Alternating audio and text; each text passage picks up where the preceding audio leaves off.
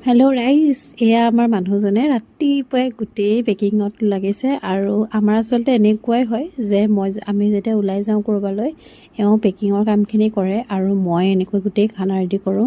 আৰু ৰাস্তাত খাবলৈ মই প্ৰায় খোৱা বস্তু ৰেডি কৰি লৈ যাওঁ, কাৰণ গম নাপাওঁ ক'ত কি খাবলৈ পাম ঠিক নাই যে। আৰু এইফালে তেওঁৰ কাৰণেও ৰাতিপুৱা সাজ বনালোঁ, আৰু বিহু যিহেতু ঘৰলৈ বুলি ওলাইছোঁ। এইফালে আমাৰ ঘৰৰ কুলিজনীও মাতি আছে, দেখিছে নহয়। আপোনালোকে বাৰু এনেকুৱা কৰেনে নাই বাৰু? আমাৰ কুলি